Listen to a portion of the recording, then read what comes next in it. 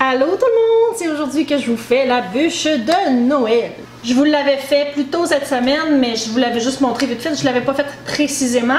C'est une bûche de Noël vegan. Donc j'ai déjà fait cette recette-là samedi passé. Puis là, c'était pour l'essayer. Mes amis ont été les testeuses, puis elle est très bonne, mais j'ajoute quand même quelques petits tweaks pour la faire meilleure cette fois-ci. Je vous ferai pas la liste d'ingrédients comme ça en vidéo, je vais vous la laisser en commentaire. Je vais quand même vous dire ce que j'utilise au fur et à mesure. Donc, on va commencer cette recette-là en faisant de l'aquafaba. De l'aquafaba, c'est du liquide de pois chiches qu'on va passer au pied mélangeur pendant un bon petit bout de temps pour qu'ils deviennent mousseux, comme quand on fait lever des œufs en neige. Donc, je vous conseille vraiment d'avoir un pied mélangeur là-dessus parce que, ah bah, c'est long, s'il vous plaît.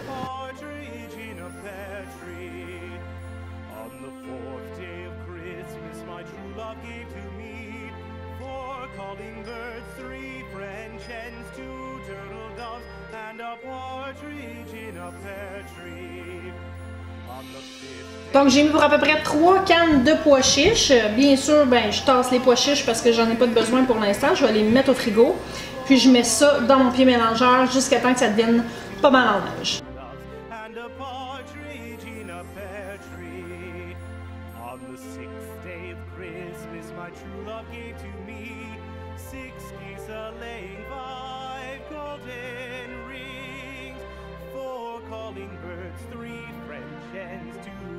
Là, mon mélange commence à être levé. Je vais ajouter à ça 300 g de sucre blanc.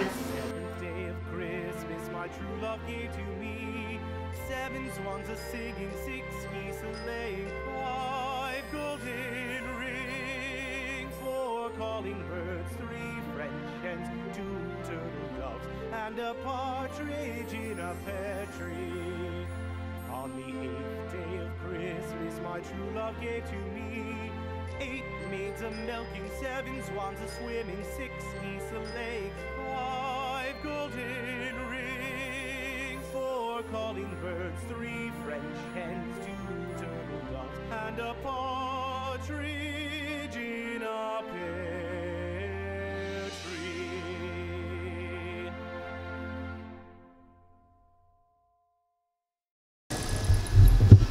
Là, ça fait environ 7 minutes que ça bat. Puis on peut voir que c'est même pas encore, c'est encore liquide. Donc je vais continuer. Puis pendant ce temps-là, j'ai préparé une plaque où est-ce que j'ai mis de l'huile partout. Ensuite un papier parchemin, puis j'ai remis de l'huile parce qu'on veut s'assurer que ça colle vraiment pas. Donc je repasse ça jusqu'à temps que ça devienne vraiment, vraiment mousseux.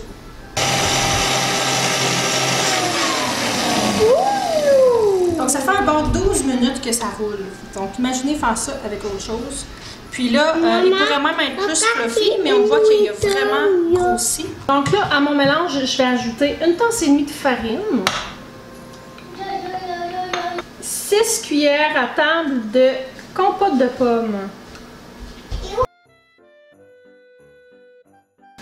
Une demi-tasse de cacao.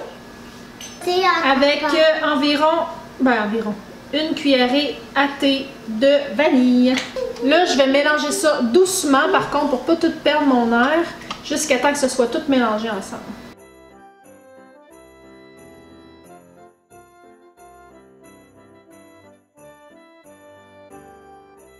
Là, mon mélange est tout bien fait, il est tout fluffy, il est tout beau. Je vais étendre mon mélange doucement dans ma plaque au complet, puis je vais tapoter pour que ça soit tout égal.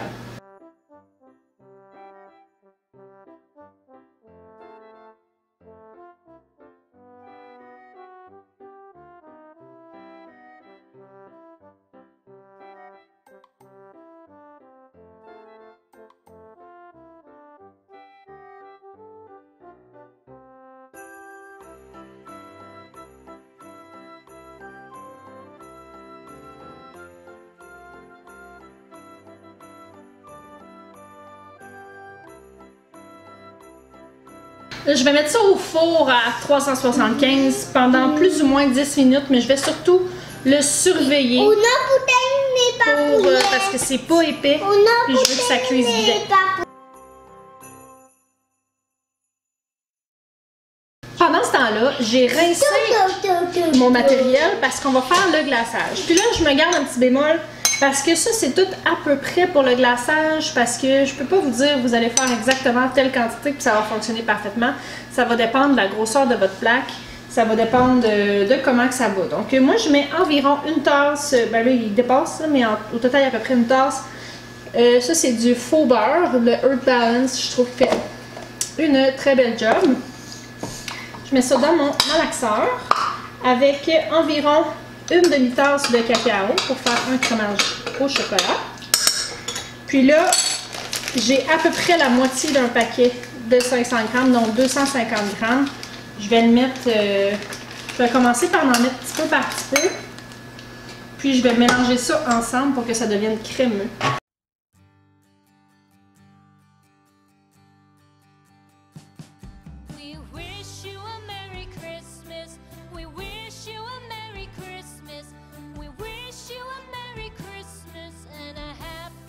Donc, comme que je disais, je trouve pas que j'aime pas ça donner des recettes parce que des recettes de crémage, vous allez pouvoir trouver ce que vous voulez de toute façon. Puis là, avec ce que je viens de mettre là, honnêtement, elle n'est pas trop sucrée.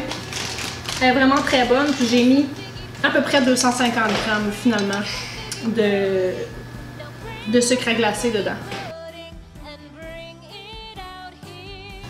Finalement, on parle plus d'environ 20 à 25 minutes de cuisson pour qu'il soit bien cuit. Là, il n'est pas encore très chaud, mais je vais devoir le manipuler quand même chaud. Donc, j'attends qu'il refroidisse pour être assez froid pour que je puisse le manipuler, mais pas complètement froid pour pas que ça devienne une galette dure. Bon, donc là, je l'ai pris, je l'ai laissé glisser doucement sur une plaque en bois pour pouvoir le mettre au réfrigérateur pour que ça refroidisse. Ce qu'on veut, c'est un gâteau qui est encore souple, mais qui va être assez froid pour décoller facilement de notre papier, puis qu'on se brûlera pas dessus, puis c'est là que ça devient un petit peu tricky. On va avoir besoin d'un linge propre qu'on a mouillé, puis on va mettre ça dessus. Là, c'est là que ça commence à être un petit peu plus tricky, mais il faut pogner la touche, c'est tout. Vous avez vu, là, j'ai commencé un petit peu trop tôt tantôt, là. Tout ce qui est le croustillant sur le côté, je peux l'enlever ou pas. Moi, c'est excellent. Donc, mon linge, il est pas assez trempé. Je vais le mouiller un petit peu plus. On veut pas qu'il soit complètement trempé, mais on veut qu'il soit quand même mouillé. Puis, on va rouler notre gâteau dedans en décollant la feuille.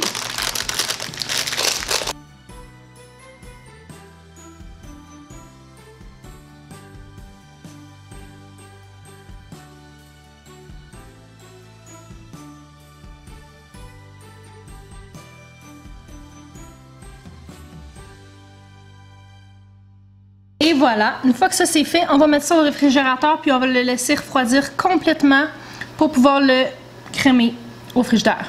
Bon, donc là, plusieurs heures se sont passées depuis que j'ai mis ça au frigidaire. Donc là, tout ça va se passer dans la délicatesse. On va dérouler notre bûche.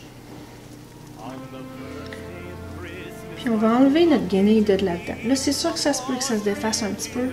Là, je l'ai peut-être laissé un petit peu trop longtemps, là, mais là, avec les enfants, le souper et tout ça, là, c'est la vie. Fait que là, j'enlève tout ça comme ça. Donc là, je vais mettre du crémage partout.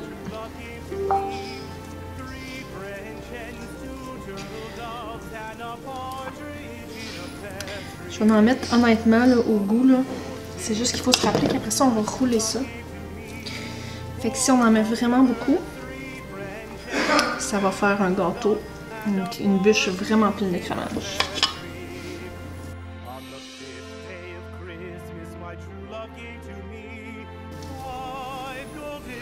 Ça va bien si votre crémage, vous l'avez laissé pas nécessairement trop au frigidaire. Pour pas qu'il soit chaud, bien sûr, mais tu sais, pas vraiment très froid, parce qu'après ça, c'est comme du beurre, hein? Fait que plus c'est dur, plus c'est difficile à étendre. Moi, il est quand même pas pire, honnêtement. On en met partout.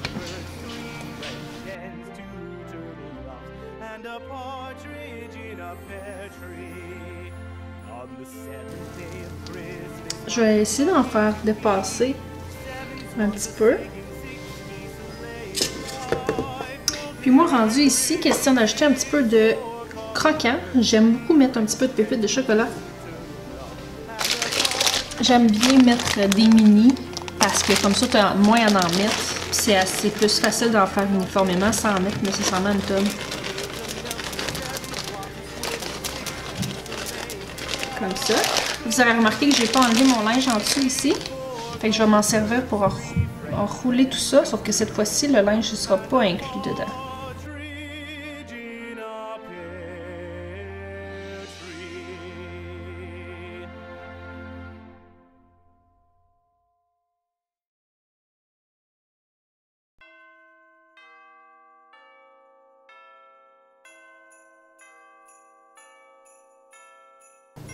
Donc là, j'ai une belle bûche. Vous pouvez décider de la décorer maintenant ou moi, je préfère quand même la mettre dans mon assiette de présentation tout de suite.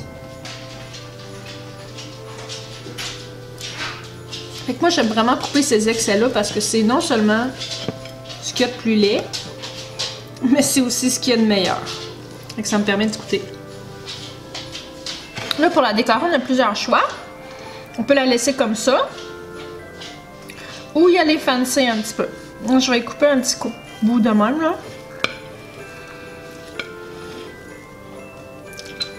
On y va doucement parce qu'on ne veut pas la scraper, mais ça reste facile à arranger aussi, là.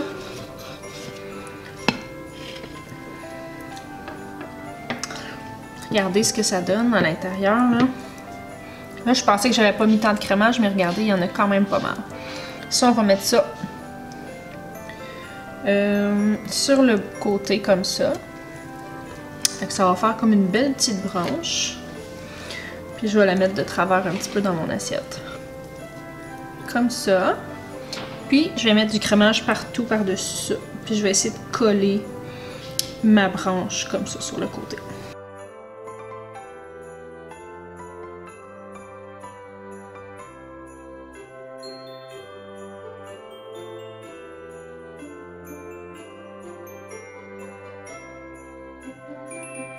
Là, j'ai plus tant de crémage, fait que je vais me concentrer pour vraiment en mettre partout parce que vu qu'en dessous ma bûche est pas mal brune, peut-être que ça va faire un petit effet cute là.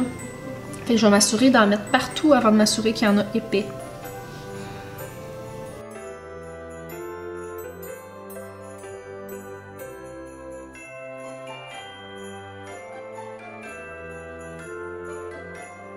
Je vais faire des petites traces dans ma bûche comme ça. Pour faire une petite écorce, là, faire de la petite fantaisie. Ça, c'est libre à chacun. Je pourrais mettre des petites décorations, mais j'en ai pas. Donc, je vais finir avec une petite trace comme ça. Puis, je vais aussi y aller avec une petite touche de cacao, puis de sucre à glacer. Je vais nettoyer mon assiette, puis je vais mettre la petite touche finale.